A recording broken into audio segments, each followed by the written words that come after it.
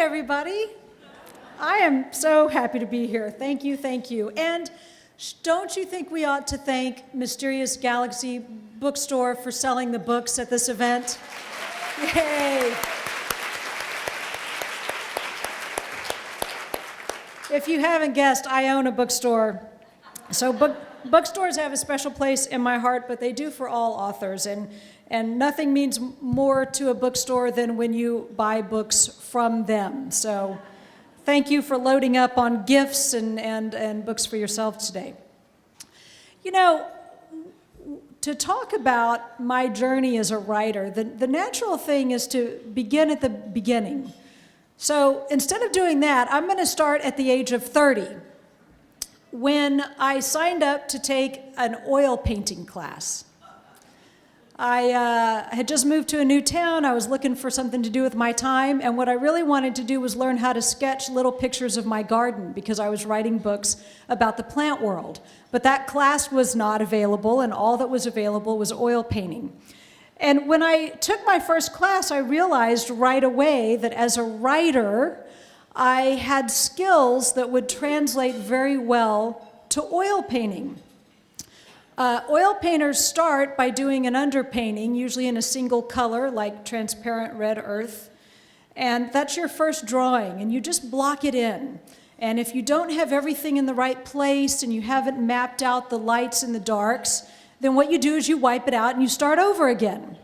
So my painting teacher, very often in the early days, would come up behind me and say, "You need to wipe that out and start over again."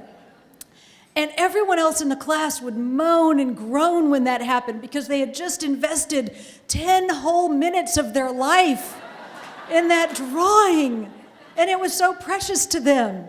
But I, on the other hand, had already thrown out 2 complete books in the trash that took me years to write, so it was nothing to me to take a rag and go shh and start over again. So I loved that about oil painting. I also loved that oil painting is all about revision. You always get another shot. You're adding layer upon layer. It stays wet so you can wipe it off and start over again. Nothing's carved in stone. It changes constantly. And this is just exactly what it's like to write. Everything you put down is just provisional. You will change it later. You know, I always tell my writing students, don't get too hung up on the first sentence or the first paragraph of your book. You're going to change that. Put anything down. Write a grocery list. Just get past it and get going, because I guarantee you that's going to get rewritten later. So I loved that about it. I also loved some things about oil painting, though, that are very different from writing a book. So, for instance, in both cases, you have to figure out what the thing is about and what the focal point is. But the difference is that when you're making a painting, there are already techniques that can help you pick a focal point, and you can literally buy a viewfinder that has lines on it, and you just align an object with one of those 4 corners, and that is a perfect focal point. This is not how it works when you're writing books. You often have to write your way into your focal point. And another thing that was so interesting to me that I learned from painting is that there's a thing that artists do at the very end of a painting that I thought was so interesting. Right before you finish, you go in and you just touch up the darkest darks and the brightest brights, and you sharpen a few edges. And a painter described that to me as the bling layer. I go in at the very end and I add the bling. And I thought, bling! This is what's been missing from my writing. And I have a thing I do now where I print out my manuscript at some random font size, and I add 1 piece of bling to every single page. I find the worst word choice or the dumbest, most boring sentence, and I make it the best one on the page. But the other thing is that with painting, as opposed to writing, you can know pretty much immediately how good it is. All you got to do is stand back and look. And you can invite people over and say, "Look at it, what do you think? Does it look like a giraffe?" And people will go, "No, I thought it was a zebra, actually. It doesn't look..." And you're like, "Okay, good, I can do that again." But with a book, you have to sit down and read it, and it takes days and sometimes weeks, and it's hard to know how good it is. And the other thing is, though, that with painting, you get to stand up, you get to work with art supplies, so you have cool stuff. You can drink. I'm not allowed to drink while I write. That's a rule we had to establish early. You can have a drink. You can dance. You can listen to music. All this stuff I don't get to do when I write. It's not nearly as physical an experience. So I have learned a lot from painting that has taught me to be a better writer, and vice versa. But the reason I start with this is that painting is something that I got curious about and started to learn how to do when I was 30. I'm now 47. I've been taking a painting class every week for 17 years. Well, you look at my paintings and you're like, seriously, 17 years and this is as far as you've gotten?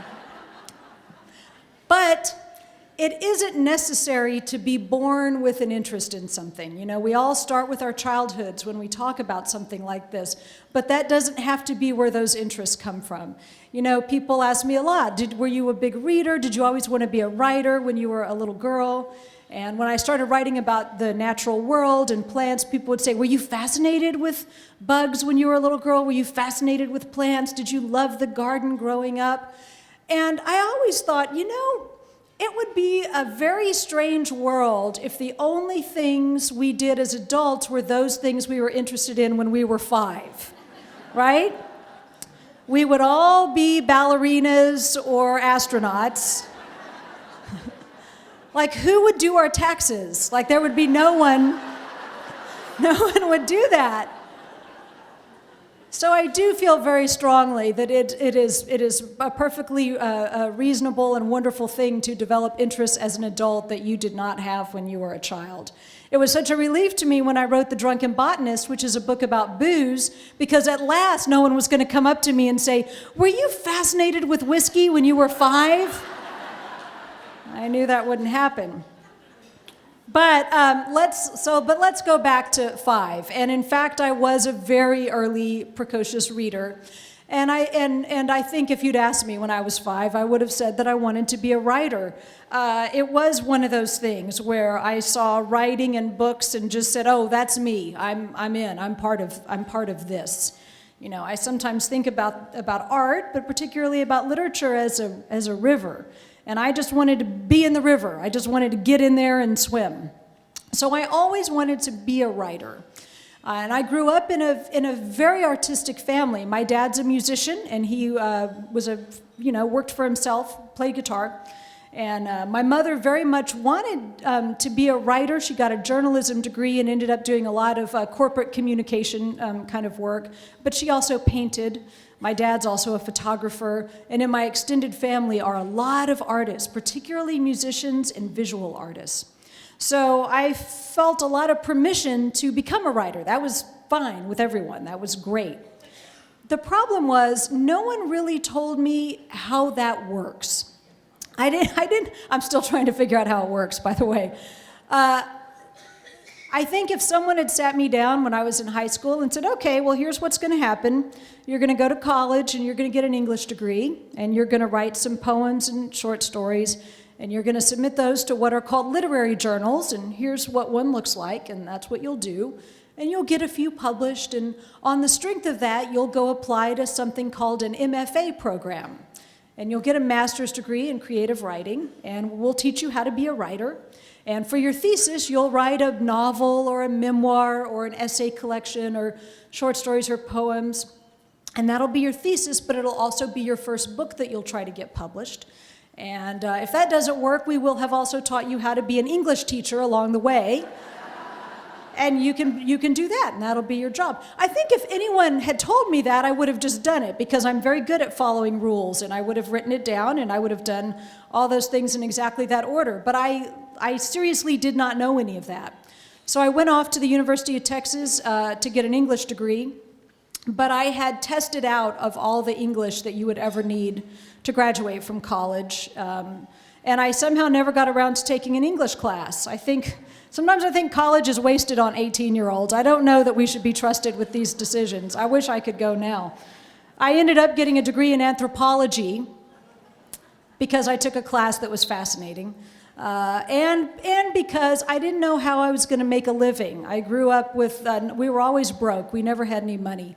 And I knew I needed a paycheck every other week or the rent wasn't going to get paid, and I knew that I needed health insurance. So anthropology makes total sense in that context, right? All I knew was you can put a "ist" on the end of it and that's your job, anthropologist. That sounded vaguely like a job that someone might have. So that did me no good either. At the time, what I was doing to make a living when I was in college was I was working at battered women's shelters, rape crisis centers, social service organizations like that did a lot of good in the world. So I thought maybe a social work degree, but I was worried about getting burned out as a social worker. So I was recruited into an urban planning master's program at UT. And I thought, well, this will be good because I can do good work for good agencies that help people, but I'll be writing grants and kind of running the show a little bit and not so much one-on-one. So that's what I did. And in my 20s, I had great jobs working for AIDS organizations and drug treatment centers and housing organizations. And, you know, people have roofs over their head because of work that I did. So I loved it. But I still wanted to be a writer, and now I had a little time. I was living in Santa Cruz, California, and I didn't know what to write about. Fiction, I always read fiction, but I had no idea how to go about writing a novel. It really seemed like the deep end of the pool to me. So I thought, well, maybe I can write about something that was going on in my life. And the only thing going on in my life was that I was planting a garden for the first time. Now, when I was a student at the University of Texas, there's a newspaper there, the weekly alternative newspapers called the Austin Chronicle. And there was a column in the Austin Chronicle called Petaluma Pete. And it was about food. And it was this guy, and he's writing about food, but he's also writing about his life and all these dramas and things that were going on in his life. So it was about food, but it was about something else also. And I loved that column, and I always thought, wow, you can do that? Like you can write about food but not write about food, and you can tell these stories that span several weeks, and I thought it was so great. And I later found out it was revealed that, believe it or not, Petaluma Pete was not his real name. His mother did not name him that. It was Ed Ward, who was the music critic and went on to become the rock critic for Fresh Air. You may hear him sometimes on Fresh Air. But I was so inspired by how he wrote about food that I tried to do that about my garden. And that became eventually my first book. Now, from that point on, every book has its roots in the previous book. And if you look for them, you can find them all. The book ended with us packing up Santa Cruz and moving up to Eureka, California. And I had an earthworm compost bin in my garden in Santa Cruz. And I'd written a chapter about that in that first book. And I was when you raise earthworms, you do become emotionally attached to them. I don't know if you knew that. So I couldn't just leave them behind. They were mine. I had to take them with me. My husband said, I want nothing to do with this. I don't even want to know that this is happening. So I took this, it's about 10,000 earthworms in these 3 plastic trays. And I took each tray and I wrapped them up in a garbage bag and staggered out to my car and put them in the trunk of the car. And I drove the car and he drove the moving van. We got up to Eureka. And you know how you show up at a new house on the first night and all you do is kind of drag the mattress inside and go to sleep, right? And the next morning, it was very busy. There was a lot of things that had to be unpacked right away and stuff to do. So it wasn't until sometime that afternoon that I got around to opening the trunk of my car. Now, I don't know what you think happens when 10,000 earthworms are left unattended in the trunk of a Toyota Corolla. But I can tell you that they start to explore. Yes, because it's dark and they feel very safe and comfortable. And they're curious creatures and they start exploring their new environment. So I opened up the trunk of that car and I just slammed it shut real quick. I thought, how am I going to do this? And of course I could not ask for help because my husband would have fainted dead away if it. So you've probably never rounded up 10,000 earthworms from the trunk of a Toyota Corolla. So how do you not write your next book about earthworms after a thing like that, is what I'm saying. So of course, that led to the next one.